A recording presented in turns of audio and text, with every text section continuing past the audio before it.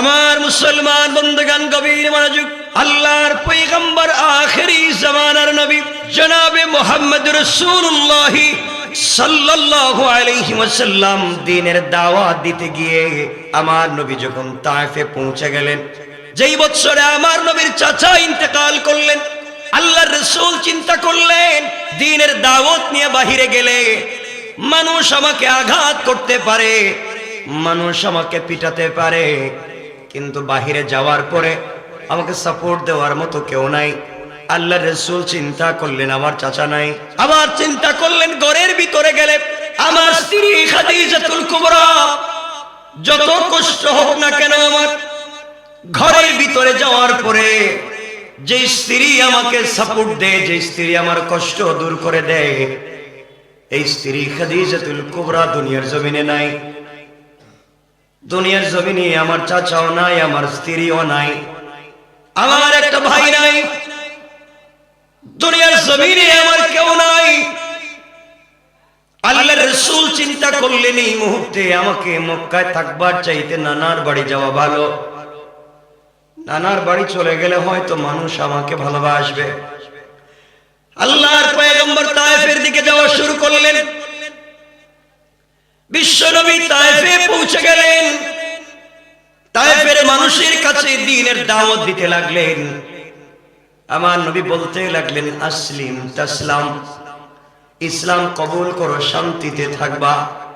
আমার নবী কথাগুলো বলবার কারণে তায়েফের মানুষ আমার নবীকে আঘাত করতে লাগলো, আমার নবীকে কষ্ট দিতে লাগলো, শিকল দিয়া দড়ি দিয়ে বেঁধে আমার নবীকে তায়েফের উত্তপ্ত বালির উপরে টানা হিচড়া করে, পাথরের উপরে আমার নবীকে টানা হিচড়া করে, শুধুমাত্র কেবলমাত্র দ্বীনের দাওয়াত দেওয়ার কারণে, তাওহীদ এবং রিসালাতের দাওয়াত দেওয়ার কারণে। আমার নবী আর কোনো কথা বলেন নাই। নবীজি বলেছেন কালিমা পড়ো, শান্তিতে থাকতে পারো, এক আল্লাহর উপর ঈমান আনো, আমাকে রাসূল হিসেবে স্বীকৃতি দাও। এক কথা ছাড়া নবীজি আর কিছুই বলেন নাই। এই অপরাধে আমার নবীকে আঘাত করা হলো, কষ্ট দেওয়া হলো। নবীজি 3 জায়গায় অজ্ঞান হয়ে পড়ে গেলেন। আমার নবীজিকে তো আঘাত করা হয়েছে, অজ্ঞান হয়ে জমিনে পড়ে গিয়েছেন। নবীজির সঙ্গে ছিলেন হযরতে যায়েদ। নবীজি যখন অজ্ঞান হয়ে যেতেন তিনি কাছে থাকতেন। জ্ঞান ফিরলে আবার তায়েফের মানুষ আমার নবীকে আঘাত করত, পিটাত। আমার নবীর শরীর মুবারক থেকে রক্ত ঝরে। যায়েদকে ডাক দিয়ে বললেন, যায়েদ রে, আমার শরীর থেকে রক্ত পড়তেছে, তোমার কাছে যদি কোনো কাপড় থাকে ওই কাপড় দিয়ে আমার শরীরের রক্তগুলাকে মুছে দাও। হযরতে যায়েদ রাদিয়াল্লাহু তাআলা আনহু নিজের কাপড় দিয়ে রাসূল পাকের শরীর থেকে রক্তগুলোকে মুছতে লাগলেন। রাসূলের শরীর থেকে অজুর ধারে রক্ত বের হতে লাগলো। আল্লাহর পয়গম্বর রক্তগুলোকে মুছতে আল্লাহর পয়গম্বরের শরীর থেকে হযরতে যায়েদ যখন রক্তগুলোকে মুছতে লাগলেন, নবীজি অজ্ঞান হয়ে যান। ফেরেশতারা হাজির হয়ে যায়। এক ফেরেশতা এসে বলছেন, পয়গম্বরে আরবি আপনি আমাকে বলুন, আমি তায়েফের 2 পাশের পাহাড়গুলোকে চাপা দিয়ে তায়েফবাসীকে ধ্বংস করে দেই। কোন ফেরেশতা এসে বললেন, পয়গম্বরে আরবি আপনি আমাকে বলেন, আমি আসমান থেকে শিলা বৃষ্টি দিয়ে কাফেরদেরকে ধ্বংস করে দেই। কেউ এসে বলছেন, পয়গম্বরে আরবি আপনি আমাকে বলেন, আমি গোটা দুনিয়াটাকে উল্টাইয়া দেই, তায়েফবাসীকে ধ্বংস করে দেই। আমার নবী বলতে লাগলেন, ও ফেরেশতারা, এরা আমাকে চিনে নাই, আঘাত করেছে, গালি দিয়েছে, শরীর থেকে রক্ত ঝরিয়েছে। তোমরা যদি তাদেরকে ধ্বংস করে ফেলো, কার কাছে কালিমার দাওয়াত দিব, কারা দ্বীন শিখবে? আমাকে আঘাত করেছে, গোটা তায়েফবাসীকে আমি বিশ্ব নবী ক্ষমা করে দিয়েছি। ওরা আমাকে চিনে নাই, আঘাত করেছে, আমার শরীর থেকে রক্ত ঝরিয়েছে, আমি ক্ষমা করে দিয়েছি। আমার বিশ্বাস তাদের ঘর থেকে যে সন্তানেরা জন্ম নিবে, এই সন্তানেরাই একদিন এই জমিনে আল্লাহর দ্বীনকে তারা বিজয় করবার জন্য শরীরের রক্ত পর্যন্ত গলিয়ে দিবে। কোন সুবহানাল্লাহ। আমার নবী বললেন, ফেরেশতারা, যে দিনের জন্য আমি কষ্ট করলাম, শরীর থেকে রক্ত ঝরে, আজ যদি তোমরা তাদেরকে ধ্বংস করে দাও, তোমরা যদি তাদেরকে হত্যা করো, কার কাছে আল্লাহর তাওহীদের দাওয়াত আমি নিয়ে যাব, কার কাছে আমার রিসালাত নিয়ে যাব? ওদেরকে আঘাত করে লাভ নাই, আমি মাফ করে দিলাম। আমি এই জন্য মাফ করে দিতে চাই, আমার একটাই উদ্দেশ্য, দুনিয়ার মানুষ জাহান্নামী হোক না, আমি মাফ করে দিই। তারা যেন এই মুহূর্তে মাফ করে দেওয়ার কারণে কালিমা পড়ে মুসলমান হয়ে যায়। হযরত যায়েদ ডাক দিয়ে বলছেন, পয়গম্বর আরবি, আপনার শরীর মুবারক থেকে আমি রক্ত মুছে দেই, আমার কাছে আর কোনো কাপড় নাই, যে কাপড়গুলা দিয়ে আপনার শরীর থেকে রক্তগুলাকে মুছে দিচ্ছি সবগুলা কাপড় ভিজে গিয়েছে। আমার নবীর শরীর থেকে এত রক্ত ঝরেছে, সবগুলা কাপড় ভিজে গিয়েছে। আল্লাহর পয়গম্বর বললেন, ও যায়েদ, তোমার পরনে যে কাপড় আছে, এই কাপড়গুলা দিয়া খুলে আমার শরীর থেকে রক্ত মুছে দাও। হযরত যায়েদ নিজের পরনের কাপড় খুলে রাসূল পাকের শরীর থেকে রক্ত মুছতে লাগলেন। বেশি রক্ত ঝরেছে, যায়েদ সব কাপড় দিয়ে রক্ত মুছলেন, কিন্তু রক্ত বন্ধ হয় না। এবার আল্লাহর পয়গম্বর নিজের হাত দিয়া, দুই হাত দিয়া শরীরের মধ্যে রক্ত মালিশ করতে লাগলেন, রক্তগুলাকে শরীরের ভিতরে মালিশ করতে লাগলেন, শরীরে মালিশ করলেন। যায়েদ বলছেন, পয়গম্বর আরবি, আপনি শরীরের মধ্যে রক্তগুলাকে মালিশ করতে যাচ্ছেন কেন? আমার নবী ডাক দিয়া বলছেন, যায়েদ রে, এই জন্য আমার শরীরে রক্তগুলাকে মালিশ করতেছি, মুছে দিচ্ছি। তায়েফের মানুষ আমাকে চিনে নাই, আমার শরীর থেকে রক্ত ঝরিয়েছে, কিন্তু তায়েফের মাটি আমাকে চিনতে ভুল করবে না। তায়েফের মানুষ আমাকে জানে নাই, বুঝে নাই, আমাকে আঘাত করেছে, নির্লজ্জের মতো আমাকে অজ্ঞান করেছে, কিন্তু তায়েফের মাটি আমাকে চিনতে ভুল করবে না। আমার শরীর থেকে এক ফোঁটা রক্ত যদি তায়েফের মাটিতে পড়ে যায়, তায়েফের মাটি আমার রক্তের লোড নিতে পারবে না, ভার নিতে পারবে না, সাথে সাথে ভূমিকম্প শুরু হয়ে যাবে, দুনিয়ায় কিয়ামত কায়েম হয়ে যাবে। আমার রক্তের লোড তায়েফের মাটি নিতে পারবে না। এই জন্য মাটিতে পড়ার আগে আগে তায়েফবাসী সহ গোটা বিশ্ববাসীকে বাঁচাইয়া রাখবার জন্য আমি বিশ্ব নবী এই রক্তগুলাকে আমার বডিতে মালিশ করে দেই। কান সুবহানাল্লাহ।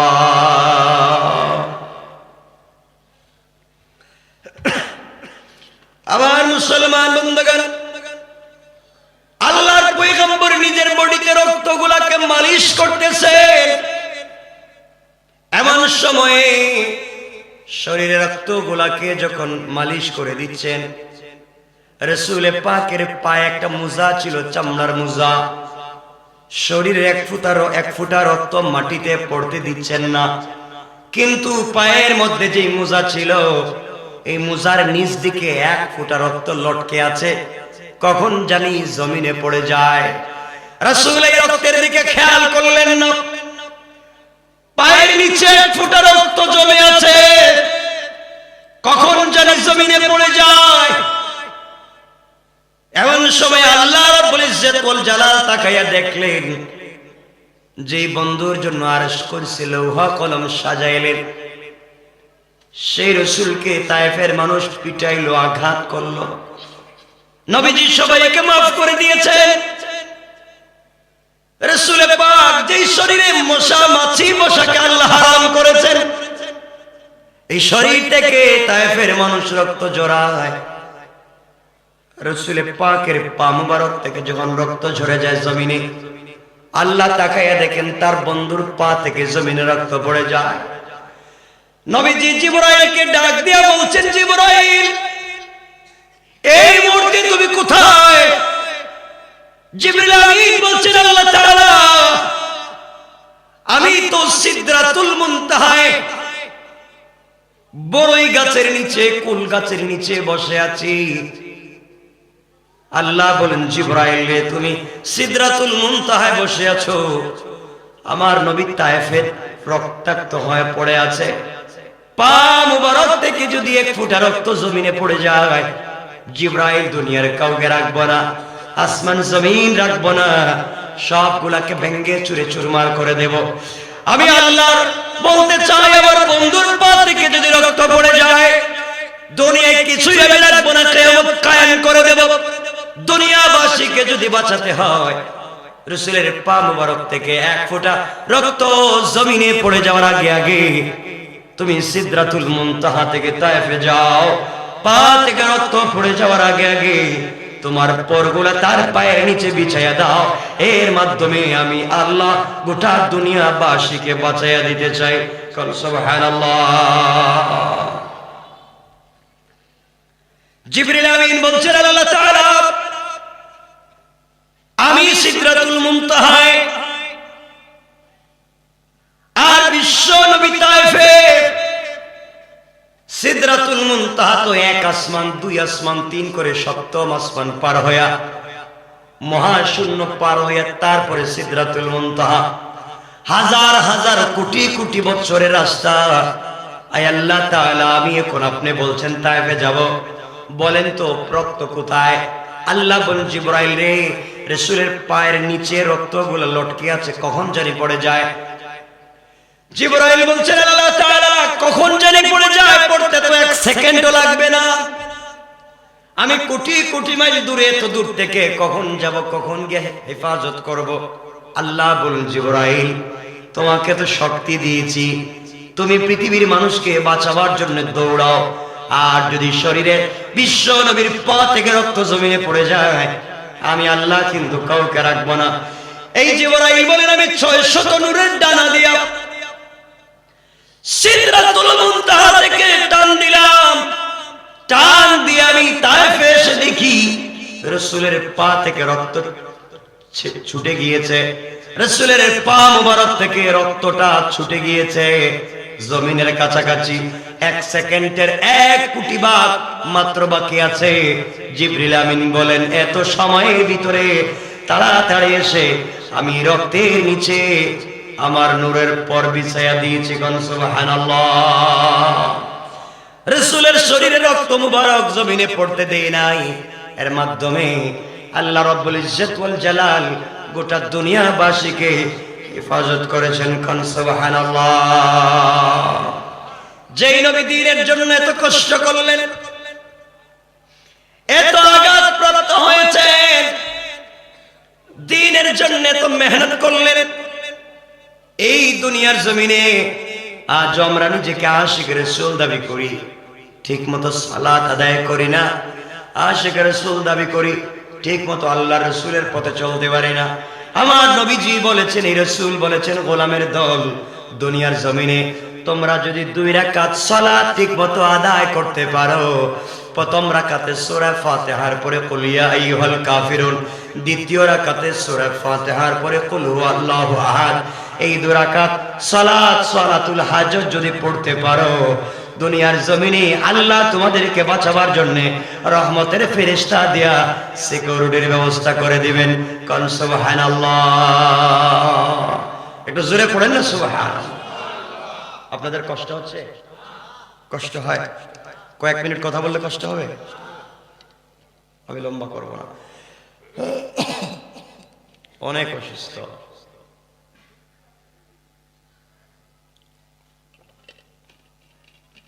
আমার বন্ধুগণ, যে কথা আমি বলতে চাই আপনাদেরকে, আমি 2 রাকাত সালাতের কথাই বলে আলোচনা শেষ করব। শুনবেন তো ইনশাআল্লাহ? বলেন না ইনশাআল্লাহ?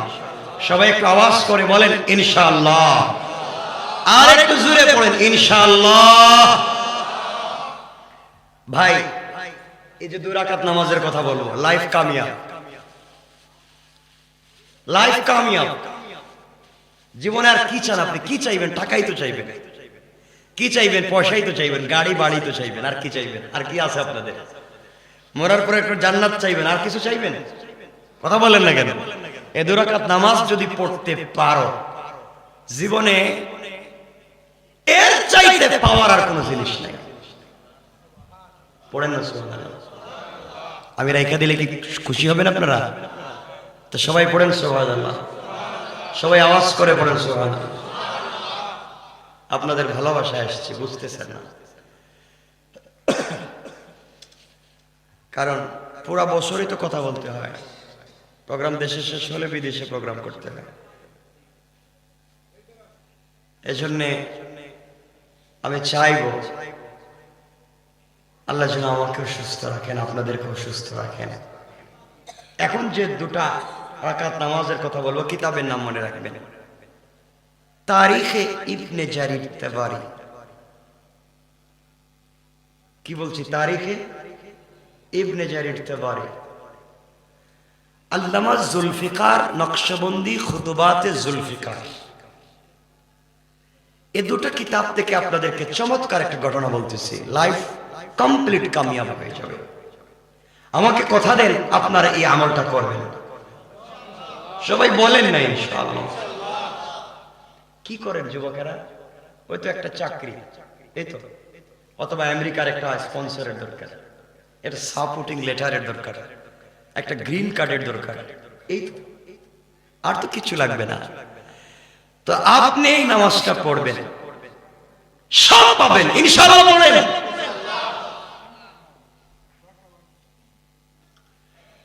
আমার মুসলমান বন্ধুগণ, গভীর মনোযোগ। এই দুনিয়ার জমিনে আল্লাহর একজন বুজুর্গ আলেম ছিলেন, যার নাম হাকিম লোকমান, যিনি কোনো পয়গম্বর ছিলেন না। তিনি একজন হাকিম। আল্লাহ তার কথাকে এত পছন্দ করেছেন, কালো মানুষ, বেটে মানুষ, খাটো মানুষ, গোলাম ছিলেন, ছাগল রাখালি করতেন, দিনের পথে আসলেন, দিন শিখলেন, দিন মানলেন। আল্লাহ তাকে এত পছন্দ করেছেন, তার কথাগুলাকে আয়াত বানায়া কোরআনে নাজিল করেছেন। কোন সুবহানাল্লাহ, আল্লাহু আকবার বলেন, আল্লাহু আকবার। এটা কালো মানুষ, কালো, যার কোনো ডাইস নাই। আল্লাহ মনে হয় ডাইস ছাড়া বানিয়ে দিয়েছে, ইথিওপিয়ার মানুষের মতো, যাদের কোনো ডাইস নাই, নাকের সেন্টার ঠিক নাই, শরীর কালো, চোখ ছোট, ঠোঁট মোটা, এমন একজন লোক হাকিম লোকমান। ছাগলেরা খালি করতেন, শুধুমাত্র দিন শিখলেন, আল্লাহকে চিনলেন, আল্লাহ তাকে এত সম্মান দিলেন, তার কথাকে আয়াত বানাইয়া কোরআনে কারিমে নাযিল করেছে। সুবহানাল্লাহ, আসতে বলেন না, জোরে পড়েন। তার নামে কোরআনে কমপ্লিট একটা সূরা নাযিল করেছেন। সুবহান। এজন্য আল্লাহর কাছে কে কালো, কে সুন্দর, কার টাকা আছে, কার নাই, আল্লাহ এগুলো জানতে চায় না। আল্লাহর কাছে ইন্না আকরামাকুম ইনদাল্লাহি আতকাকুম, আল্লাহর কাছে যে সবথেকে বড় মুত্তাকি, আল্লাহর কাছে তার দাম সবথেকে বেশি। কল সুবহান। মুত্তাকি কে? যে নামাজ পড়ে মিথ্যা কথা বলে, ঠিক না?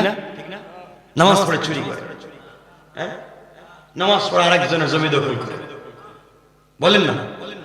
নামাজ পড়ে ভুয়া দলিল করে রাখে আরেকজনের জমি নিজের নামে, সে এগুলো চোর।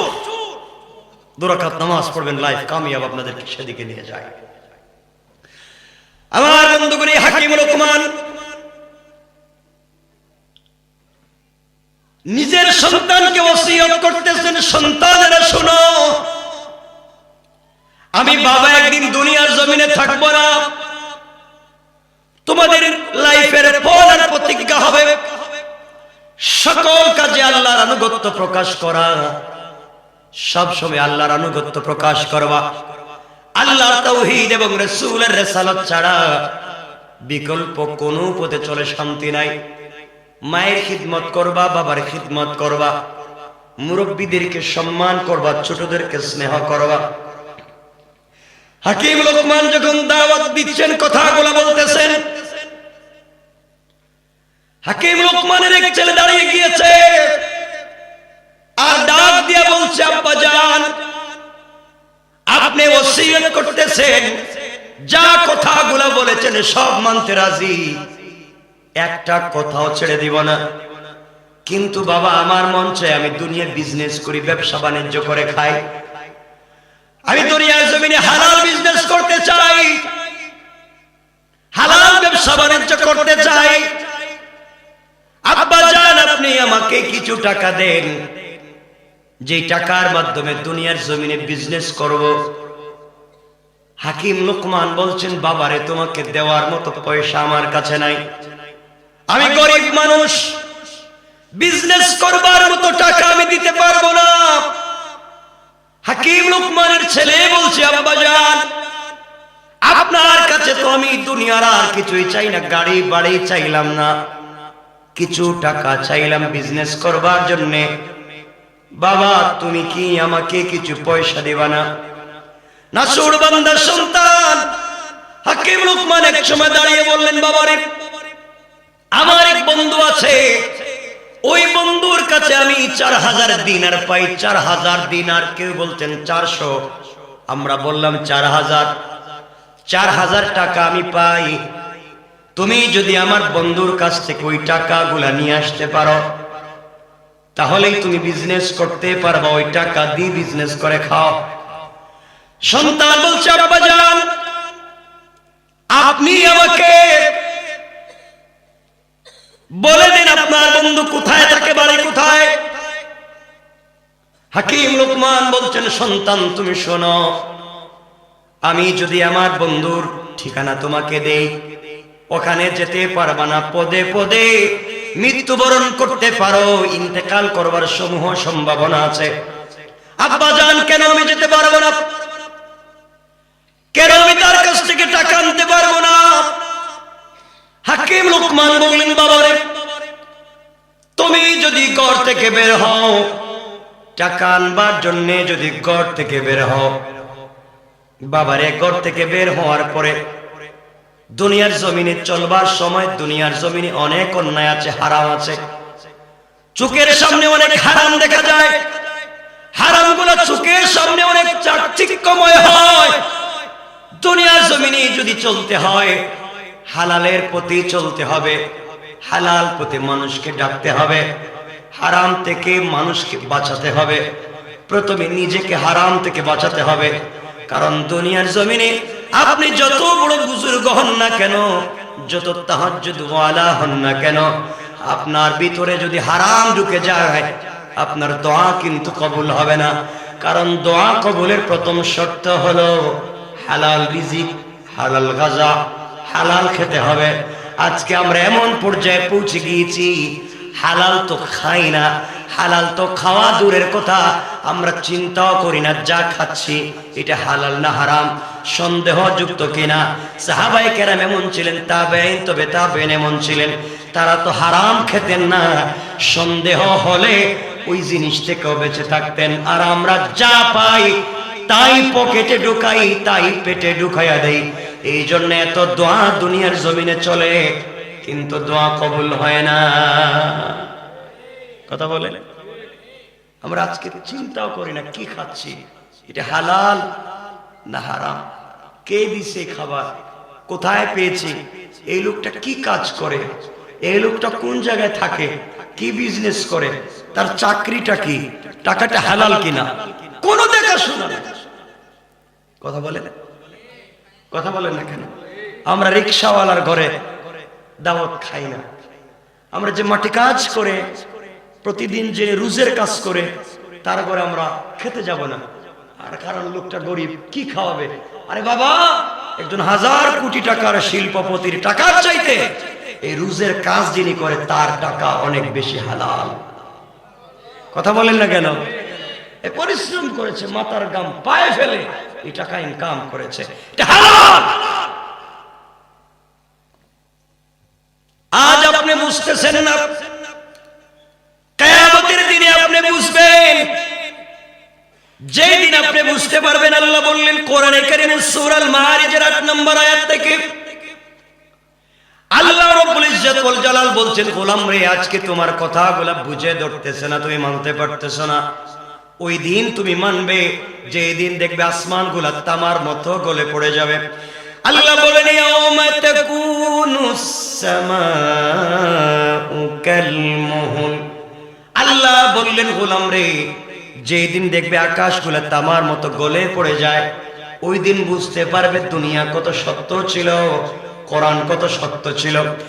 এরপর আল্লাহ বললেন ওয়াতাকুনুল জিবালু কালঈহিন, আল্লাহ বললেন গোলামরে যেই দিন পর্বত সমূহ রঙিন তুলার মতো উড়ে যাবে, পশমের মতো উড়ে যাবে, সুতার মতো পর্বতগুলো উড়ে যাবে, যেই দিন আসমানগুলা তামার মতো গলে পড়ে যাবে, যেই দিন পাহাড়গুলা সুতার মতো উড়ে যাবে, যেই দিন পাহাড়গুলা তুলার মতো উড়ে যাবে, ওই দিন বুঝবে গোলাম দুনিয়া কেমন ছিল। যাদেরকে বন্ধু বানিয়েছিলে কেউ তোর বন্ধু না। দুনিয়ার জমিনে আল্লাহ ছাড়া কেউ বন্ধু হতে পারে না।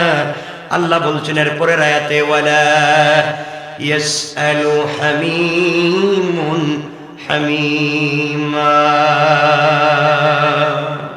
আল্লাহ রাব্বুল ইজ্জত ওয়াল জালাল বললেন গোলাম রে তোমার চোখের সামনে বন্ধু চলে যাবে, বন্ধু বন্ধুর খবর নেবে না, বন্ধু বন্ধুর দিকে তাকাবে না।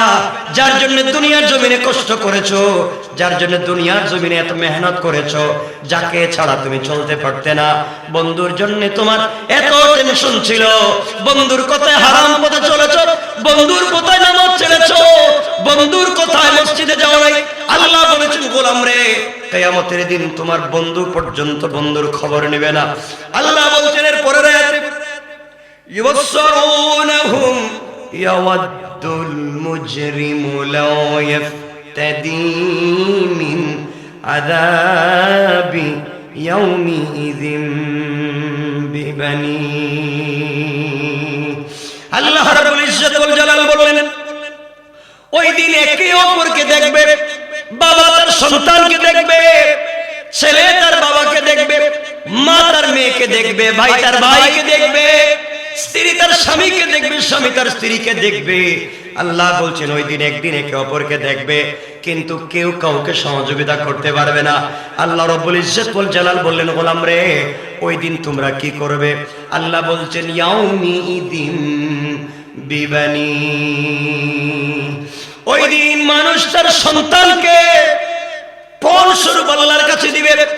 বাবা ডাক দিয়া বলবে আল্লাহ কিয়ামতের দিনে আমার সন্তান আমার সামনে দিয়া চলে যায়, এই সন্তানগুলোকে লালন পালন করবার জন্য, মানুষের মতো মানুষ বানাবার জন্য, স্কুলের বেতন দেওয়ার জন্য, কলেজের বেতন দেওয়ার জন্য, মাদ্রাসার বেতন দেওয়ার জন্য, প্রাইভেট টিউশনের বেতন দেওয়ার জন্য আল্লাহ তাআলা এত কষ্ট করেছি, মেহনত করেছি। আয় আল্লাহ সন্তানদের ভবিষ্যৎ গড়বার জন্য আমি নামাজের সময় পর্যন্ত কাজ করেছি, ঈদের দিন পর্যন্ত কাজ করেছি, আল্লাহ তাআলা আবার ডিউটি পর্যন্ত করেছি। আল্লাহ রাত নাই দিন নাই, মেঘ নাই, তুফান নাই, বৃষ্টি নাই, যখন যেভাবে মন চায় কাজ করেছি। আল্লাহ জমিনে গিয়েছি, বৃষ্টিতে কাপড় ভিজেছে, ওখানে রোদে আবার শুকিয়েছে, জমিন থেকে আসি নাই, কাজ করেছি। সন্তানের স্কুলের বেতন দিতে হবে। আয় আল্লাহ তাআলা যেই সন্তানদেরকে মানুষের মতো মানুষ বানালাম, কলেজে পড়ালাম, ইউনিভার্সিটিতে পড়ালাম, এতগুলো ডক্টরেট ডিগ্রি তাদেরকে অর্জন করালাম, তাদের জন্য বাড়ি করলাম, গাড়ি করলাম, মিল ফ্যাক্টরি করলাম, কলকারখানা করলাম, সুন্দর করে জায়গা জমি কিনে বাড়ি বানাইয়া দিয়ে আসলাম। কিয়ামতের দিন আমার সন্তান আমার সামনে দিয়ে যায়, আয় আল্লাহ তাআলা আমার সন্তান আজকে আমাকে চিনে না। কত ঈদের দিন গিয়েছে, আয় আল্লাহ আমি সারা জুতা সারা লুঙ্গি পরে ঈদগাহে গিয়েছি, আমার সন্তানের জন্য দামি কাপড়ের ব্যবস্থা করেছি। আয় আল্লাহ কিয়ামতের দিনে আমার সন্তান আমার সামনে দিয়ে যায়, আমার খবর নেয় না, আমাকে দেখতে চায় না। আয় আল্লাহ কত রাত্র গিয়েছে, কত দিন গিয়েছে আমি খাই নাই, সন্তানের জন্য খাবার রেডি করেছি, আজ আমার সন্তান আমাকে চিনে না, আমার সামনে দিয়ে চলে যায়। আয় আল্লাহ তাআলা প্রয়োজন বুঝে আমার সন্তানের হাত পায়ে শিকল লাগাও, বেড়ি লাগাও, আমাকে ছেড়ে দাও, আমার সন্তানগুলোকে বাঁধো, আমার ছেলে মেয়েগুলোকে বাঁধো, ওদের জন্য এত মেহনত করলাম, আজকের দিনে তারা আমাকে চিনে না। আয় আল্লাহ আমার সন্তানগুলোকে বাঁধো। আল্লাহ বলেন গোলাম রে সন্তান দিয়ে নিজেকে কিয়ামতের দিনে বাঁচাতে চাও, আর কি চাও? আর কিছু বলবে? গোলাম বলবে আল্লাহ আরো কথা আছে। আল্লাহ বলবেন গোলাম বল। গোলাম এবার বলতেছে আল্লাহ তাআলা ওয়া সাহিবাতিহি ওয়া আখি, আয় আল্লাহ তাআলা আমার স্ত্রীকে বাঁধো, অর্নামেন্টস জুয়েলারি দেওয়ার জন্য, স্ত্রীকে সুন্দর সুন্দর শাড়ি থ্রি পিস দেওয়ার জন্য দুনিয়ার জমিনে আমি দিনরাত কাজ করেছি, তার কথা শুনেছি। আল্লাহ তাআলা স্ত্রী বলেছে তুমি যে চাকরি করো, পাশের বাড়ির ভাই তো একই চাকরি করে, পাশের বাড়ির ভাইয়ের ঘরে যদি এত সুন্দর সুন্দর হোয়াইট আলমারি সুকেস থাকে, এয়ার কুলার এয়ার কন্ডিশন থাকে, একই চাকরি করে তোমার ঘরে হয় না কেন? আয় আল্লাহ আমি সুদ খাইতাম না, আয় আল্লাহ আমি ঘুষ খাইতাম না, এই জন্য আমার ঘরে এগুলা হয় না। স্ত্রীর কথা শুনে ঘুষ খেয়েছি, ঘুষ খেয়ে স্ত্রীর কথা মতো ঘরকে সাজিয়েছি। আল্লাহ তাআলা স্ত্রীর কথা শুনে সুদ খেয়েছি। আজকের দিনে স্ত্রীর কথায় সুদ খাইলাম, ঘুষ খাইলাম, অন্যায় করলাম, আরেকজনের জমি দখল করেছি, বাড়ি দখল করেছি। যে স্ত্রীর কথা শুনে আল্লাহ তাআলা কিয়ামতের দিনে আমার স্ত্রী আমাকে চিনে না। আয় আল্লাহ আমাকে ছেড়ে দাও, প্রয়োজনে আমার স্ত্রীকে বাঁধো। আল্লাহ বলুন গোলাম নিজের সন্তানকে দিলে, নিজের স্ত্রীকে দিয়ে নিজেকে বাঁচাতে চাস, আর কি দিবে? গোলাম বলছে ও আখি, আয় আল্লাহ তাআলা এগুলা নেওয়ার পরেও যদি তুমি আমাকে ছাড়তে না চাও,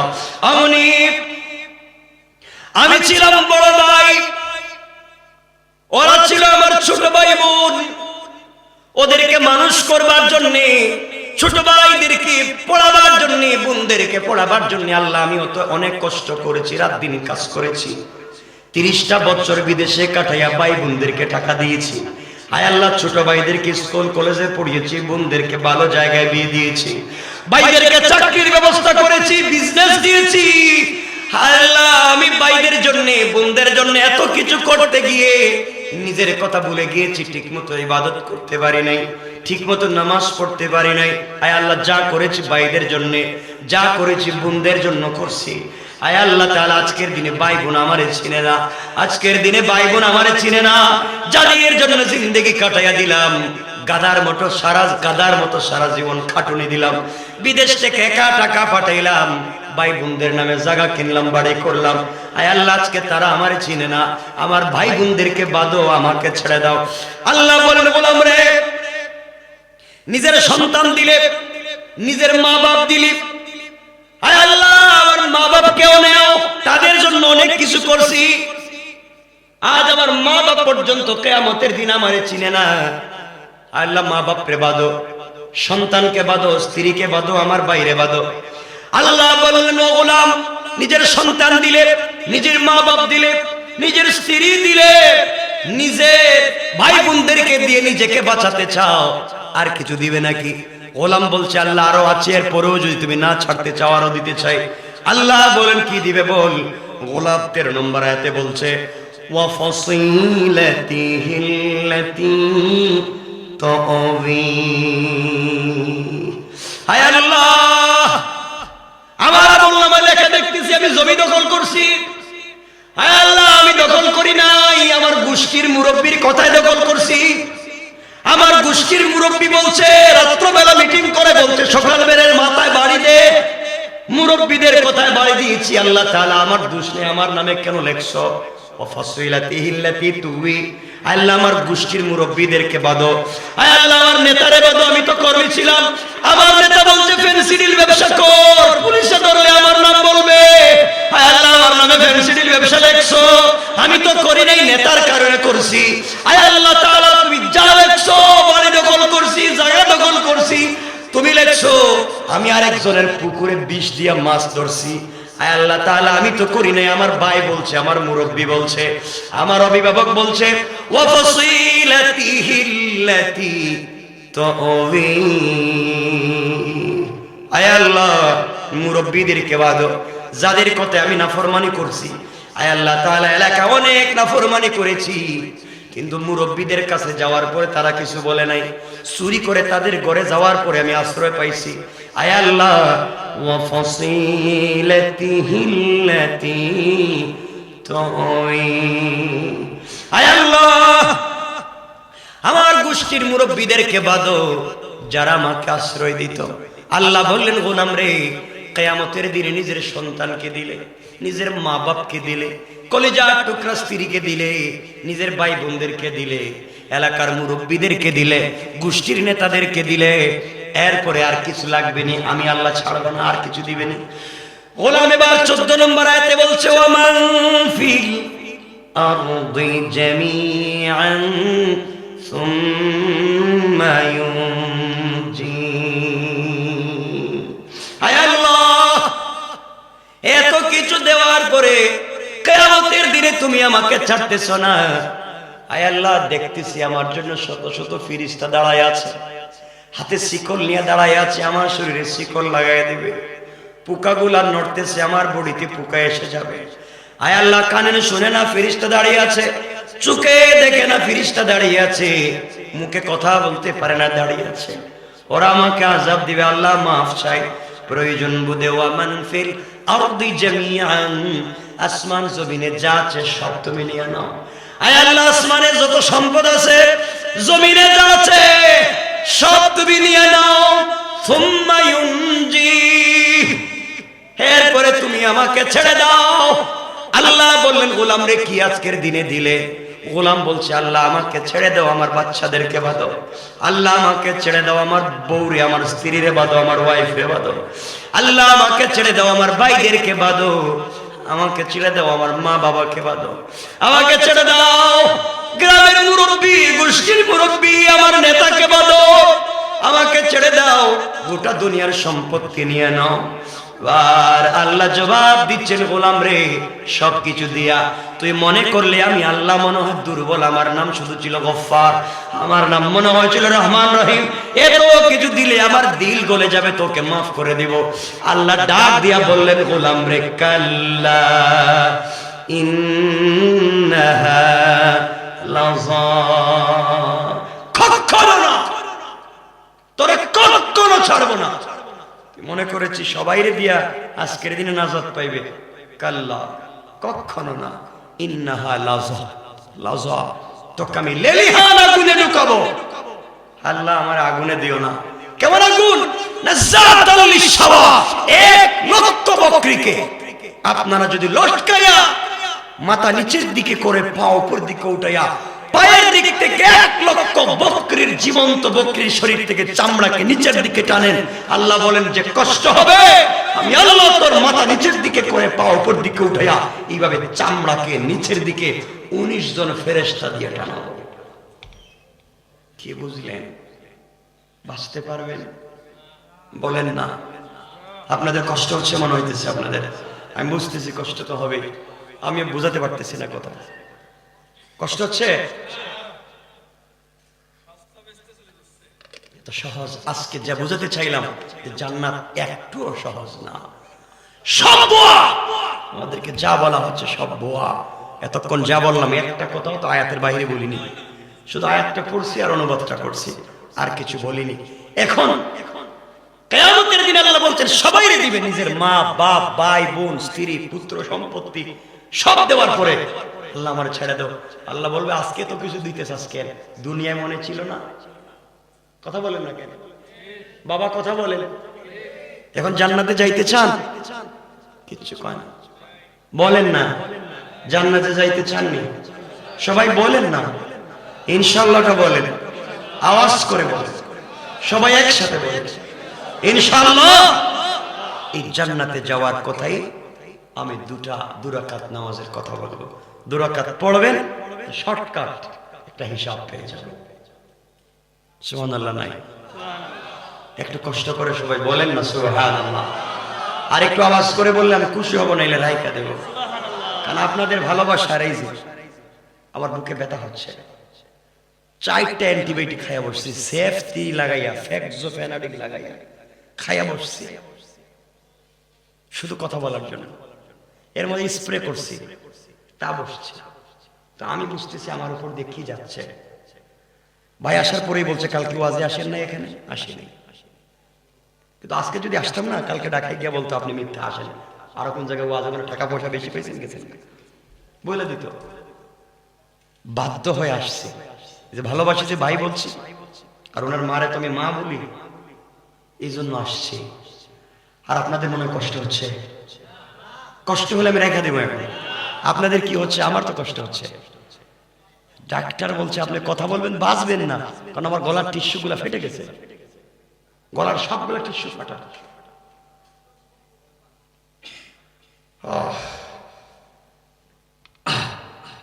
কথা বলবো তো ইনশাল্লাহ? বলেন ইনশাল্লাহ। যারা পিছনে আছেন বাদ, কথা বাদ না বলবো? একটু হাত উঠান তো দেখি, কারা কারা চলে যাবেন। ওয়াজই তো বাদ। যদি 10টায় বসে যাইতাম তাহলে কেউ যাইতে পারতেন না আজকে, খেয়ে উঠতে পারতেন না আজকে। কারণ কথা বলার একটা সময় হচ্ছে 12টার পরে কথা বললেই ক্ষতি। কথা কি বলবো না রাইখা দেব? কিছু রাখবো? ওই যারা পিছনে বসছেন কি রাইখা দেবো? আপনারা উঠেন, একটু উঠেন, দাঁড়ান তো দেখি, দাঁড়ান দেখি, দাঁড়ান। কষ্ট তো একদিন দিতেছি, সারাদিন দিব নাকি? দাঁড়ান। আর দাঁড়াইছেন মানে এখানে দাঁড়াই হাত উঠানোর জন্য না, কাছে আসেন, আসেন আসেন আসেন, একজন যাইতে পারবেন না। আসেন আজকে এখানে আসেন, এখানে আসেন, সামনে জায়গা আছে, এখনো জায়গা আছে। ভাই দাঁড়ায় কষ্ট করতেছো কেন? আসো কাছে, আসো। যুবকরা কাছে আসতে পারো না, কাছে আসার গল্প তো বহুত শুনছো। আসেন কাছে আসেন, একজন বাইরে। ভাই আপনারা বসে রয়েছেন কেন রাস্তায়? আসেন আসেন আসেন।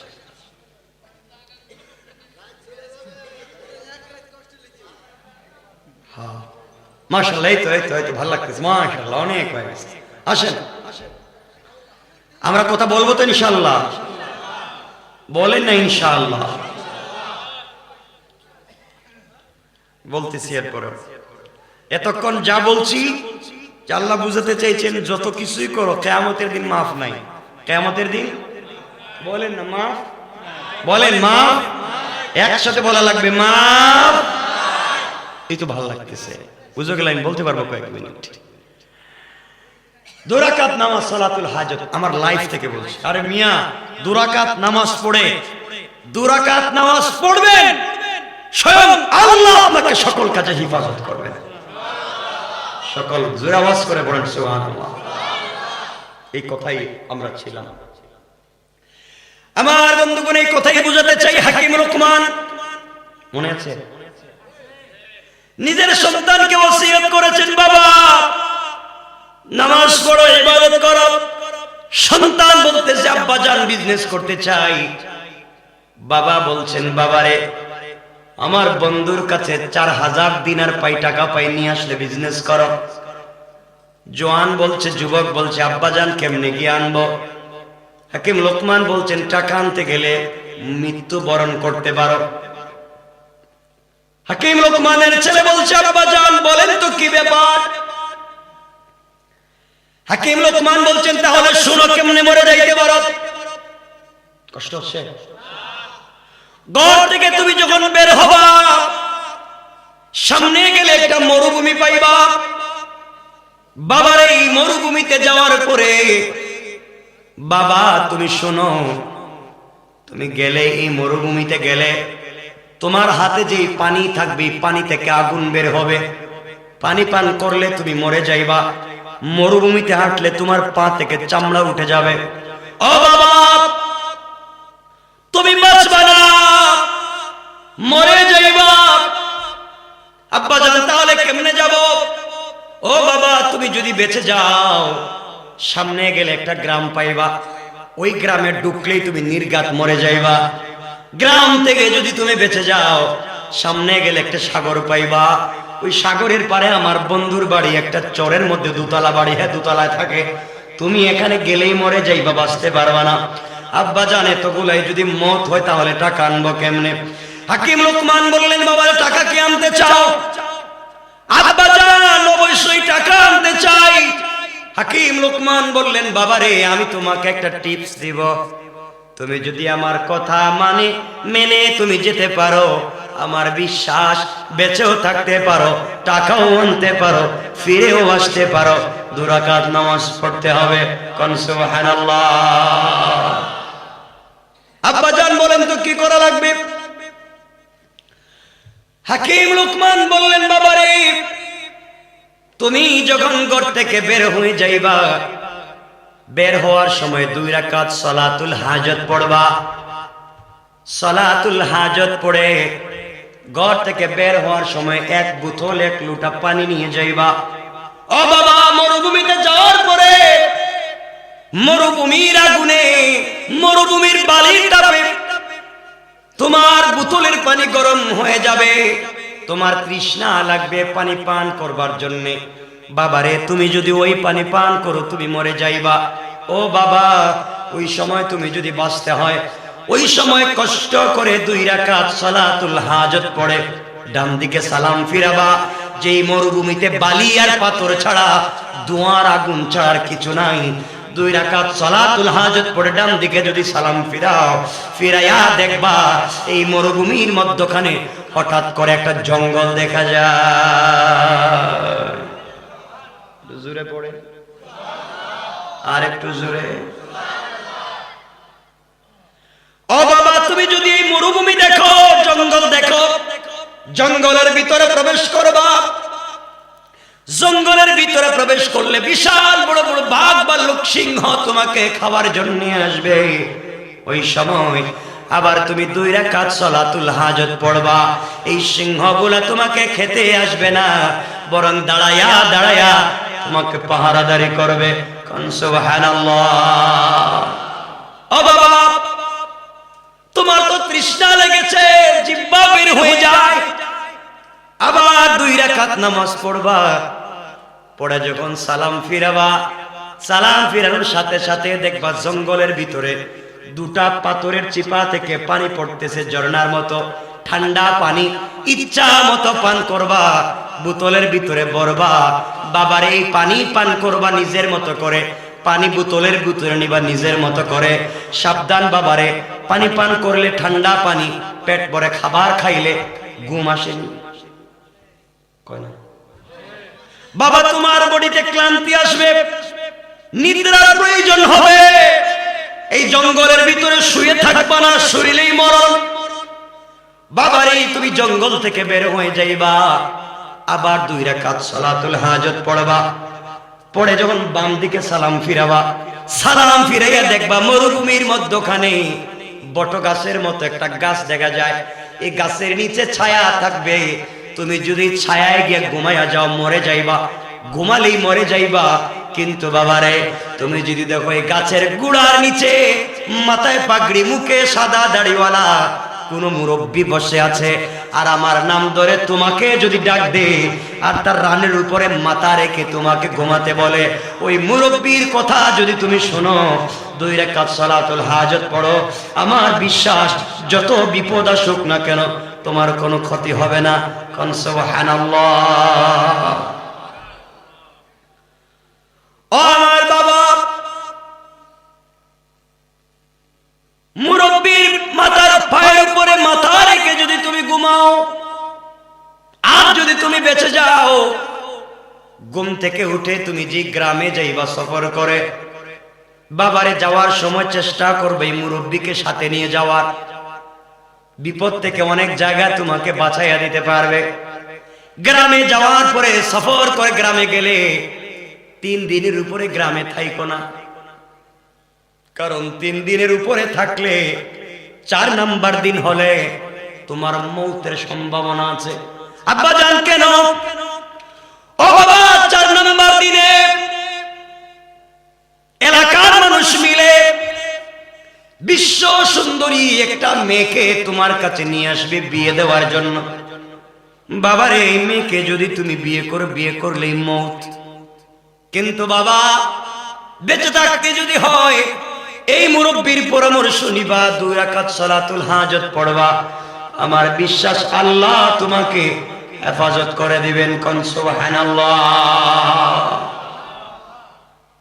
বাবা, এই গ্রামে যদি বেঁচে যাও, দীর্ঘ পথ সফর করে সাগরের পারে গেলে আমার বন্ধুরে পাইবা। চরের মধ্যে 2 তলা একটা বাড়িতে ঘুমায়। বাবারে, আমার বন্ধুর বাড়িতে গেলে থাকতে বলবে, না থাকলে তোমাকে টাকা দিবে না। আর যেই ব্যক্তি রাত্রবেলা থাকে সেই সকালবেলা মরে যায়, এই জন্য সে টাকা দেয় না, গেলেই মানুষ মরে যায়। বাবারে, আমার ভয় হয় তুমি বন্ধুর বাড়িতে থাকলে মরে যাইবা। বাঁচতেই যদি হয় মুরব্বীর পরামর্শ মতো চলবা, 2 রাকাত সালাতুল হাজত পড়বা, আমার বিশ্বাস আল্লাহ তোমাকে বাঁচাইয়া দিবেন। কোন সুবহানাল্লাহ। আমার বন্ধুগণ, এক কথায় এই যুবক তার বাবার পরামর্শ নিয়ে পরের দিন ঘর থেকে বের হয়েছে। ঘর থেকে বের হওয়ার সময় এক বোতল পানি অথবা এক জগ পানি, এক লুটা পানি নিয়ে বের হয়েছে। 2 রাকাত সালাতুল হাজত পড়ে বের হয়েছে। দীর্ঘ পথ যখন সফর করেছে, মরুভূমিতে সফর করবার কারণে তার পানিগুলা গরম হয়ে গিয়েছে। পানি মুখে দিলে মরে যাবে। বাবার ওসিয়তের কথা মনে পড়েছে। বাবা বলেছেন পানি যদি গরম হয়ে যায় 2 রাকাত সালাতুল হাজত পড়তে। গোলাম 2 রাকাত সালাতুল হাজত পড়েছে, ডান দিকে সালাম ফিরিয়েছে। সালাম ফিরিয়ে দেখে বাবার ওসিয়ত মতো একটা জঙ্গল দেখা যায়। জঙ্গলের ভিতরে প্রবেশ করেছে, 2 রাকাত সালাত পড়েছে। সালাত পড়বার পরে জঙ্গলের প্রাণীগুলা তাদেরকে ডিস্টার্ব করে নাই। 2টা পাথরের চিপা থেকে ঝর্ণার মতো পানি পড়লো। পানি ইচ্ছে মতো পান করলো, বোতলের ভিতরে লুটার ভিতরে ভরলো। ক্লান্তি এসেছে, ঘুমের মন চায়, ঘুমে যেতে মন চায়, হাঁটতে পারে না। আবার গোলাম 2 রাকাত সালাতুল হাজত পড়ে বাম দিকে সালাম ফিরিয়েছে। সালাম ফিরিয়ে দেখে বাবার ওসিয়ত মতো এই বিশাল মরুভূমির মধ্যখানে বট গাছের মতো একটা গাছ দেখা যায়। সুবহানাল্লাহ পড়েন। যুবক ঘুমানোর জন্য গাছের কাছে যাইতে চায়। হঠাৎ মনে পড়েছে বাবা বলেছেন গাছের নিচে ঘুমাতে গেলেই মৌত। গোলাম আবার 2 রাকাত সালাতুল হাজত পড়লো। সালাম ফিরিয়ে দেখে বাবার কথা মতো এই গাছের গোড়ায় সাদা দাড়িওয়ালা একজন মুরব্বীকে দেখা যায়। যুবক চিন্তায় পড়ে গেল, আমার বাবার সব কথাতে কি মিলে যায়? এই মুরব্বী ডাক দিয়ে বলছে, হাকিম লুকমানের ছেলে, তুমি আমার কাছে আসো। যুবক চিন্তা করে, ছেলে মুরব্বী তো আমার বাবার নাম জানে। কাছে যাওয়ার বলছে, বাবা তুমি আমার রানের উপরে মাথা রেখে ঘুমাও। আহারে, আমার বাপ তো বলছেন ওর রানের উপরে মাথা রেখে ঘুমালে বিপদ হবে না। কাছে গিয়েছেন, ক্লান্ত শরীর নিয়ে ঘুমিয়ে গিয়েছেন।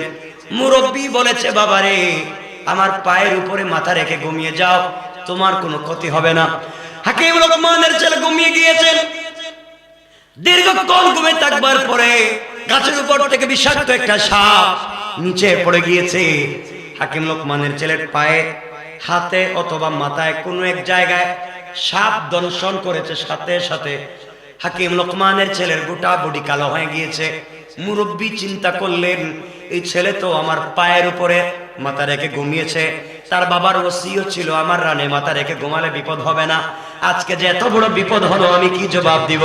সাপকে ধরলেন, যেই জায়গায় দংশন করেছে মুখ এখানে লাগিয়ে বললেন, সাপরে যেভাবে তুই দংশন করে বিষ দিলে বিষটা নিয়ে যা। সাপ কথা বলতে দেরি হয়েছে, বিষ টান দিয়ে নিয়ে গিয়েছে। মুরব্বী সাপটাকে 2 টুকরা করে দিয়েছেন। লেজের টুকরাটা জমিনে ফেলে দিয়েছেন, মাথার টুকরাটা হাকিম লুকমানের ব্যাগের ভিতরে, হাকিম লুকমানের ছেলের ব্যাগের ভিতরে ঢুকায়া দিলেন। হাকিম লুকমানের ছেলে কিছুক্ষণ পরে ঘুম ভেঙে গেল। ঘুম ভাঙার পরে দেখে তার কাছে একটা সাপের লেজ পড়ে আছে। নড়াচড়া করে ভয় পেয়ে জিজ্ঞেস করে, আঙ্কেল এখানে সাপের লেজ আসলো কোথা থেকে, আর অর্ধেক সাপ গেল কই? মুরব্বী বললেন, বাবারে সাপ তোমাকে দংশন করেছিল, আঘাত করেছে। এই সাপকে দেয়া যেখানে আঘাত করেছিল ওখান থেকে বিষ নিয়ে আইছি আমি যেভাবেই হোক তোমাকে সুস্থ করেছি। সাপকে 2 টুকরা করেছি, এক টুকরা এখানে ফেলে রেখেছি, অন্য টুকরা অন্য জায়গায় রেখে দিয়েছি। তার ব্যাগের ভিতরে রাখছেন এ কথা বললেন না, ব্যাগের ভিতরে রেখে দিলেন। জোয়ান বলছে, মুরব্বী আমি এখানে আর থাকবো না, আমি চলে যেতে চাই, আমি টাকা আনবার জন্য যাচ্ছি। বের হয়ে চলে যাচ্ছে। হঠাৎ মনে পড়েছে বাবা বলেছেন রাস্তায় বের হলে সামনে গেলে আরো বিপদ আছে। এই বিপদ থেকে বাঁচতে হলে মুরব্বীকে সাথে নিয়ে গেলে বিপদ কম হবে। ঘুরে এসে বলছেন, আঙ্কেল আপনি যদি আমার সাথে সফরে যান আমার ভালো হবে। মুরব্বী বলছেন, হাকিম লুকমানের ছেলেরে তুমি যদি আমাকে সাথে নিয়ে যেতে চাও আমার আপত্তি নাই। সাথে নিয়ে যেতে লাগলেন। আমার বন্ধুগণ গ্রামে ঢুকে গেলেন। দীর্ঘ পথ চলবার পরে গ্রামে গিয়ে হাকিম লোকমানের ছেলে বাবার পরিচয় দিলেন। এলাকার মানুষ সম্মান দিতে লাগলো, ভালোবাসতে লাগলো। 3 দিন কখন কেটে গিয়েছে মনে নাই, ভুলে 4 নম্বর দিন হয়ে গিয়েছে। বাবা বলেছেন 4 নম্বর দিন হলে বিপদ আছে। 4 নম্বর দিন যখন হলো, সকালবেলা হাকিম লোকমানের ছেলে বসে আছেন। এমন সময় এলাকার সকল মানুষ মিলে বিশ্ব সুন্দরী একটা মেয়েকে হাকিম লোকমানের ছেলের কাছে এসে বলছেন, বাবা তুমি এই মেয়েকে বিয়ে করো, নচেত তোমাকে ছাড়বো না। তুমি যদি এই মেয়েকে বিয়ে করো আমাদের সঙ্গে তোমার আত্মীয়তা ঠিক থাকবে, তোমার বাবার আত্মীয়তা থাকবে। হাকিম লোকমানের ছেলে মেয়ের চেহারার দিকে তাকায়া দেখেন, এমন সুন্দর মেয়ে পৃথিবীতে তিনি আর দেখেন নাই। মেয়ের লোভে পড়ে বিয়ে করার জন্য আগ্রহ প্রকাশ করলেন। সাথে সাথে বাবার ওসিয়ত মনে পড়েছে। বাবা বলেছে এই মেয়েকে বিয়ে করলেই মরণ। কষ্ট হচ্ছে মনে আপনাদের? আমি কি রেখে দেব? আমার অনেক কষ্ট হচ্ছে, আমি কি রেখে দেব? 12:15 হয়ে গেছে। কষ্ট হচ্ছে আপনাদের?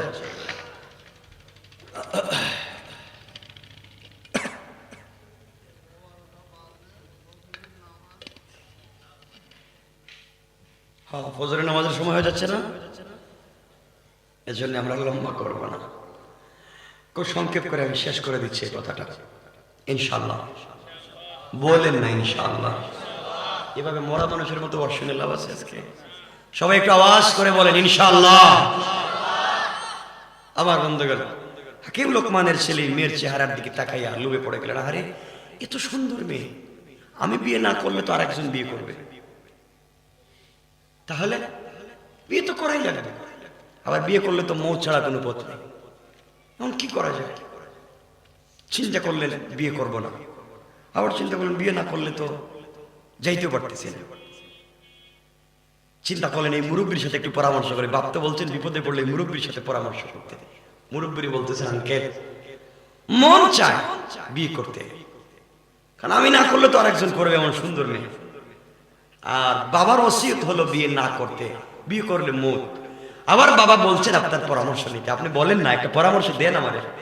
কি দিব বলে বলেন, বিয়েটা করে ফেলাই। মুরব্বী বলছেন যুবক বিয়ে তো করতে চাও, বাবার ওসিয়ত মনে নাই, সব ঠিক আছে, মরা তো একবার লাগবে। মুরব্বী বলছেন যুবক তুমি বিয়ে করে নাও, বিপদ যা হবে আমি দেখব। সুবহানাল্লাহ। বাদ দিন কেমন? এটা কি গুরুস্থান নাকি? আমি আপনাদেরকে চিনি, আমার আজকে কষ্ট হচ্ছে বিদায় কথা বলতে পারতেছি না। সবাই আওয়াজ করে চিৎকার করে পড়া লাগবে সুবহানাল্লাহ। এই আওয়াজে না, যাদের ঠোঁট নড়ে না, বিষয়টা কি? আজরাইল কি ধরছে নাকি? সবাই জোরে পড়েন সুবহানাল্লাহ। এই তো পারেন, দেখা যায়। মুরব্বী বলছেন যুবক বিয়ে করো, বাকি আমি দেখবো। আঙ্কেল বিপদ হইলে কিন্তু খবর আছে আপনার, আপনার কথা কিন্তু বিয়েতে রাজি হয়েছি। মুরব্বী বলতেছেন আমি কইলে কি আর না কইলে কি, তুমি যে রাজি হইছো তুমি তো এমনি বিয়ে করবা। বিয়ে করে ফেলছে, বিয়ে হয়ে গিয়েছে। যেই দিন বিয়ে করলেন এই দিন ফুল সজ্জার রাত্র ছিল না, এই রাত্র বাসর রাত্র ছিল না, এর পরের রাত্র। সকালবেলায় মুরব্বী আর হাকিম লোকমানের ছেলে রাস্তা দিয়ে হাঁটতেছে। এলাকার ছেলে পেলে, নারী পুরুষ, আবার বৃদ্ধ বনিতা, ছোট বড় সবাই এই মুরব্বী আর হাকিম লোকমানের ছেলের পিছনে পিছনে ঘুরে আর এই যে পাগল যায়, এই যে পাগল যায়, এই যে পাগল যায়। সবাই হাসে, পাগল যায় বলে। হাকিম লোকমানের ছেলে বলছেন এই ছেলেরা তোমরা আমাদের পাগল বলো কেন? তোমরা বলবো আমি দুলাভাই, আমি বিয়ে করছি তোমাদের এলাকায়, আমি তোমাদের দুলাভাই, তোমরা আমার পাগল বলো কেন? কই মিয়া পাগল, তোমার মতো পাগলের দুনিয়ায় নাই। তুমি বিয়ে করছো কারে তুমি জানো?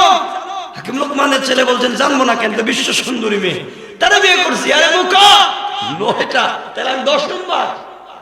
হ্যাঁ আপনি তো পাগল বলতেছি, এই মেয়ের আগে আরো 9টা বিয়া, আপনি 10 নম্বর দুলাভাই। হাকিম লোকমান বলছেন তাহলে এই 9 জন গেল কই? এই 9 জন বাসর রাত্রে মরে যায়। 9টা স্বামী এই মেয়েটার সঙ্গে ফুল সজ্জা রাত্রি মরে যায়। সকালবেলা লাশ পাই, আপনার পাগল বলতেছি, আপনি তো কিছুক্ষণ পরে মরে যাবেন। আপনি 10 নম্বর। আচ্ছা, কথা বলার পরে কি মনে করছেন আপনারা? ঠিক আছে, মাথা ঠিক আছে? হাকিম লোকমানের ছেলে মুরব্বী বলছেন, আঙ্কেল পলায়ন করা যায় কোন দিকে, হিটা কোন দিয়ে থাকো, দরকার নাই, আগে কোন দিকে যাওয়া যায় হিটা কোন। মহিলা করছে কি, স্ত্রী করছে কি, সিকিউরিটি লাগাই দিয়েছে এলাকায়, আমার স্বামী যেন যাইতে না পারে, পলায়ন করতে না পারে। যেদিকেই যায় এখানে সিকিউরিটি। কি করা লাগবে শেষ পর্যন্ত? আজকে কি মৌত, আজকে কি বলেন না, আজকে কি মৌত। হাকিম লোকমানের ছেলে কাঁদতেছেন, মুরব্বীকে বলতেছে, আঙ্কেল মইরা গেলে আমার বাবার কাছে খবরটা কে দিব, আজকে তো শেষ। কে জানি বললো না বিয়ার আগে, এটা 9টা বিয়ে হয়েছে। আমি যে 10 নম্বর সিরিয়ালে পড়লাম, এই 9 জন যে পথে মরছে, আমি তো এই পথে মরে যাই। মুরব্বী বলছে, টেনশন করিস না, আমি আসি তো, যত বিপদ হয় আমি দেখব। সুবহানাল্লাহ কন্যা, আর একটু জোরে কন্যা সুবহানাল্লাহ। আঙ্কেল দেখে আমি যা যা বলবো এই কথা মতো চলবি, আমার কথা মতো যদি চলস তাহলে আশা করি বিপদ হবে না, ঠিক আছে? আমার মুসলমান বন্ধুগণ, গভীর মনোযোগ। এক পর্যায়ে হাকিম লোকমানের ছেলে মুরব্বীর সঙ্গে পরামর্শ করলেন, আঙ্কেল আজকের রাত্রি তো ফুলসজ্জার রাত্র, আমি কি একা যাবো না, আপনি যাবেন? কবে এটা পাগল, কি পাগল হইছস? আমিও যাবো সাথে। আমি বলছি যা যা বলি তাই শোন। আঙ্কেল বলেন কি করা লাগবে? ও হাকিম লোকমানের ছেলে, ফুলসজ্জার রাত্রে স্ত্রীর কাছে যাওয়ার আগে 2 রাকাত সালাতুল হাজত পড়ে যাইবা। ঘরে ঢুকবার পরে তোমার স্ত্রী তোমার সঙ্গে মেলামেশা করবার জন্য পাগল হয়ে যাবে, খবরদার মেলামেশা করবা না। স্ত্রীকে বলবা, আজকে তুমি আমাকে চিনো, আমি তোমাকে চিনি, তুমি আমাকে জানো, আমি তোমাকে জানি। এইভাবে কথাবার্তা বলে কিছুক্ষণ সময় কাটাইয়া দিবা। হাকিম লোকমানের ছেলে বলছে, আঙ্কেল যদি মায়ের শুরু করে? আপনি বলছেন কথাবার্তা বলবো, যদি মায়ের শুরু করে, এমনি তো 9 জন মরছে। মুরব্বী বললেন, বাবারে কথাবার্তা বলতে বলতে এক পর্যায়ে তুমি বলবা, স্ত্রী শোনো, অবশ্যই তোমার কথা মতো তোমার সঙ্গে মেলামেশা করব, কিন্তু আমার টয়লেটের প্রয়োজন, অজু ইস্তেঞ্জার প্রয়োজন। এই কথা বলে তুমি একটা লুটা নিয়ে, বদনা নিয়ে, পাত্র নিয়ে ঘরের বাহিরে আমার কাছে চলে আসবা, এরপরে যা করা লাগে আমি করব।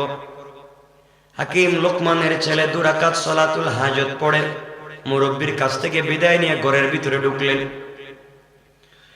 আমার বন্ধুগণ, ঘরের ভিতরে ঢুকবার পরে স্ত্রীকে বললেন, স্ত্রী রে, অবশ্যই তোমার কথা মতো তোমার সঙ্গে মেলামেশা করব, আপত্তি নাই, কিন্তু আমার আজকে তুমি আমাকে চিনা লাগবে, তোমাকে আমি চিনা লাগবে। এইভাবে কথাবার্তা বলে কিছুক্ষণ সময় কাটাইয়া দিলেন। কিছুক্ষণ পরে বলছেন, স্ত্রী রে, আমার তো টয়লেটের প্রয়োজন, অজু ইস্তেঞ্জার প্রয়োজন, একটু বাহিরে যাওয়া লাগবে, বাহির থেকে আসি, অজু করে আসি, এরপরে মেলামেশা করব। এই কথা বলে স্ত্রীর কাছ থেকে বিদায় নিয়ে একটা লুটা নিয়ে, পাত্র নিয়ে, বদনা নিয়ে ঘরের বাহিরে আসলেন। মুরব্বীর কাছে এসে বলছেন, আঙ্কেল এই যে বদনা নেন, আমি আর কি করবো, আমি আর যাব না। আঙ্কেল বললেন, বাবারে আগে অজু করে আসো। হাকিম লোকমানের ছেলে যখন অজু করতে গিয়েছে, এমন সময় মুরব্বী হাকিম লোকমানের ছেলের ব্যাগের ভিতরে অর্ধেক সাপ আসেনি, ভুলে গেছেন মনে হয়? আছে, আমি মনে হইতেছে রাইখা দিই। অর্ধেক সাপ, অর্ধেক ওয়াজ, অর্ধেক। কি বলেন, কষ্ট দিচ্ছেন আপনাদের? আমার তো কেমন করতেছে ভাই।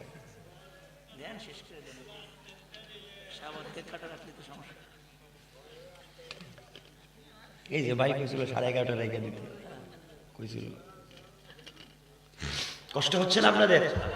একটু হাতটা দেখেন তো দেখি, কার কার কষ্ট হচ্ছে। আপনার সালাক হয়ে গেছে।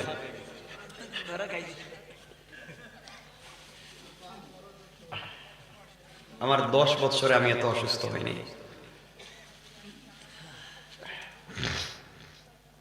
আবার বন্ধুগণ, হাকিম লোকমানের ছেলের বেগের ভিতর থেকে অর্ধেক সাপ বের করে এই বদনার ভিতরে দিয়া মুখটা লাগাই দিচ্ছে।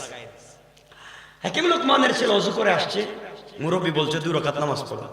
2 রাকাত নামাজ পড়ছে, বাবা এই বদনা নিয়ে আবার যাও। ও হুজুর এখন গেলে কি আর আসার সুযোগ আছে?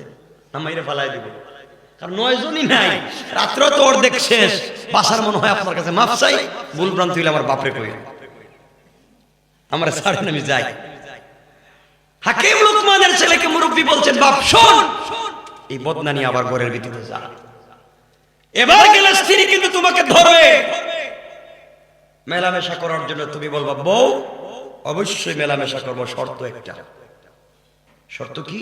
বলে যে আমি বদনা আনছি, এই বদনায় তোমাকে পেশাব করতে হবে, প্রস্রাব করতে হবে। এটা যদি তুমি পেশাব করো তাহলেই তোমার সাথে মেলামেশা করবো, আর না করো মেলামেশা করবো না। হুজুর এই কথা বলার পরে কি আমি কি মাইক টাইট দিব না? এটা কোন আগে না, মাইক টাইট দিবে না, তুমি এটা বলো, অবশ্যই সে মানবে। হুজুরের পরে কি? যদি প্রস্রাব করে তাহলে এই বদনা বা লুটার মুখটা বন্ধ করে এক দৌড়ে আমার কাছে নিয়ে আসবে, এরপরে আবার যাইবা, আমি যা বলবো তাই করবো। হুজুর এতক্ষণ পর্যন্ত হায়াত আছে? তো আছে। সুবহানাল্লাহ বললেন না? আর একটু জোরে কর না সুবহানাল্লাহ। আরে বুঝেন না কি বলতে চাই, কি বলতে চাই শোনেন। আমার বন্ধুগণ, হাকিম লোকমানের ছেলে বদনা নিয়ে ঘরের ভিতরে গিয়ে বলছে, স্ত্রী তুমি আমার সঙ্গে মেলামেশা করতে চাও, আমি রাজি, শর্ত একটা, তুমি যদি বদনায় প্রস্রাব করো তাহলেই তোমার সঙ্গে মেলামেশা হবে, নচেত না। স্ত্রী দেখলো, আহারে স্বামী একটা কথা বলছে, এটা তো এমন কিছু না। স্ত্রী যখন এই বদনায় প্রস্রাব করলো, প্রস্রাব করার সাথে সাথে হাকিম লোকমানের ছেলে এই পেশাব করার পরে এই বদনার মুখটাকে ডেকে দিয়া স্ত্রীকে বলছে, 2 মিনিট ওয়েট করো, আমি আসতেছি। এই কথা বলে বদনা নিয়ে দৌড়, এক দৌড়ে ঘরের বাইরে এসে বলছে, হুজুর নেন, এখন কি করা লাগবে? হাকিম লোকমানের ছেলেকে মুরব্বী বলেন, বদনা উল্টাও।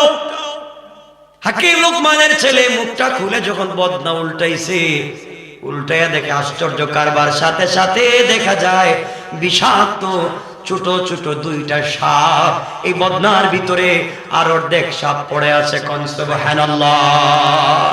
হুজুর এখানে সাপ আসলো 2টা কোথা থেকে, আর অর্ধেক সাপ কোথা থেকে? এগুলো কি আমি কিছুই বুঝতেছি না।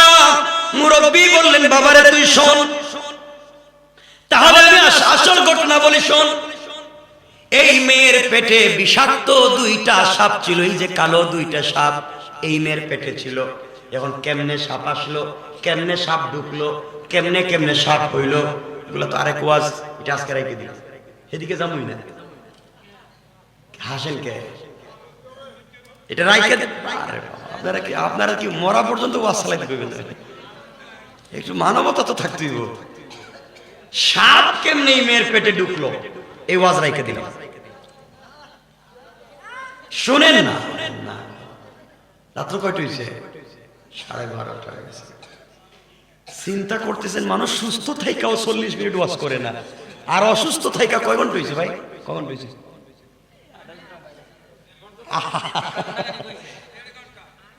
কয়টায় বসছি, আর এখন হয়েছে কয়টা? 1.5 ঘন্টা অসুস্থতা নেয়া। শুনেন, হাকিম লোকমানের ছেলেকে মুরব্বী বলছেন, বাবা এই সাপ কেমনে ঢুকছে সেটা অন্য বিষয়, লম্বা আলোচনা, কেমনে মেয়ের পেটে সাপ আইলো আর কেমনে 9 জন মরলো এটা বাদ। বাবা শোনো, এই মেয়ের পেটে 2টা সাপ ছিল, বিষাক্ত 2টা সাপ। আমি জানতাম তোমার বেগের ভিতরে আমি অর্ধেক সাপ ওই দিন ফালাইয়া দিছিলাম তোমার সামনে, আর অর্ধেক সাপ তোমার বেগের ভিতরে রাইখা দিছিলাম। এই অর্ধেক সাপ বের করে বদনার ভিতরে ঢুকাই দিছি। এই সাপ বদনার ভিতরে যখন ছিল, আর তোমার স্ত্রী এই বদনায় যখন প্রস্রাব করতে গিয়েছে, তোর ভিতরে 2টা সাপ বাহিরের সাপকে দেখা ঝগড়া লাগাই দিয়েছে, মারামারি, আর ঝগড়া করতে করতে বাইরে চলে এসেছে। এই 2টা সাপ বের হয়ে গিয়েছে, এই জন্য 3টা সাপ। এখন থেকে তুমি স্ত্রীর সাথে মেলামেশা করো, তুমি আর মরবা না।